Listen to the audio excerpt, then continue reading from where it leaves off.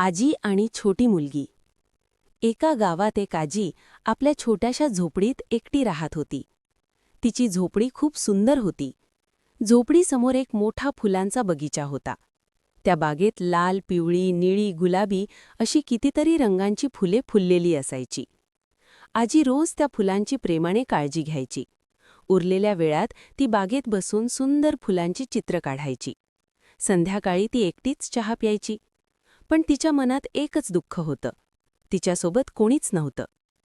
एके दिवशी सकाळी आजी बागेत गेली. तिने पाहिलं तर एक गोंडस छोटी मुलगी तिथे उभी होती. ती रडत होती. आजीने इकडे तिकडे पाहिलं, पण तिथे कोणीच नव्हतं. आजीला तिची खूप दया आली. ती तिला घरी घेऊन गेली. तिच्यासाठी मऊ बिछाना तयार केला, तिला जेवण दिलं आणि खूप प्रेमाने सांभाळ करू लागली. दोघी आनंदात राहू लागल्या. एके दिवशी एक बाई घरात आली आणि त्या मुलीला उचलून घेऊन गेली. आजी खूप चिंतित पडली. मुलगी झोपेतच होती. बाई तिला खूप दूर घेऊन गेली. आकाशात उडाली आणि ती मुलगी खाली पडली. खाली एक तलाव होता. त्या तलावात कमळाची मोठी पानं होती. ती मुलगी कमळाच्या पानावर अलगद पडली. थोड्या वेळाने तिला जाग आली.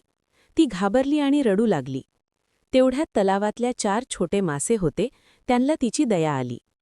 त्यांनी कमळाचं पान ढकलत ढकलत तिला तलावाच्या काठावर आणलं. मुलगी चालत चालत पुढे गेली. तिला एक सुंदर फुलांची बाग दिसली आणि तिथे एक घर होतं. तिने दरवाजा ठोठावला.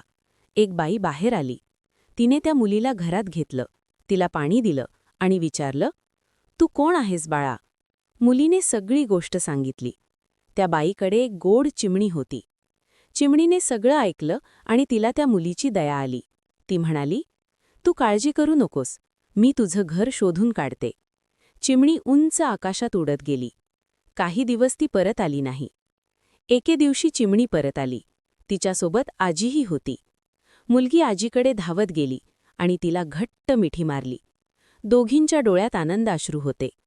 मुलीने विचारलं, "तू आमचं घर कसं शोधलंस?" चिमणी हसून म्हणाली, "एकदा मी आकाशात उडत होते, तेव्हा मी तुला आणि आजीला त्या बागेत पाहिलं होतं. मग मी आजीकडे जाऊन सगळं सांगितलं आणि तिला घेऊन आले." दोघींनी त्या बाईचे आणि चिमणीचे मनापासून आभार मानले आणि आपल्या घरी परत गेल्या. आता आजी कधीच एकटी नव्हती. तिच्या आयुष्यात पुन्हा आनंद फुलला होता, अगदी तिच्या बागेतील फुलांसारखा. Like, share, and subscribe. Like, share, and subscribe.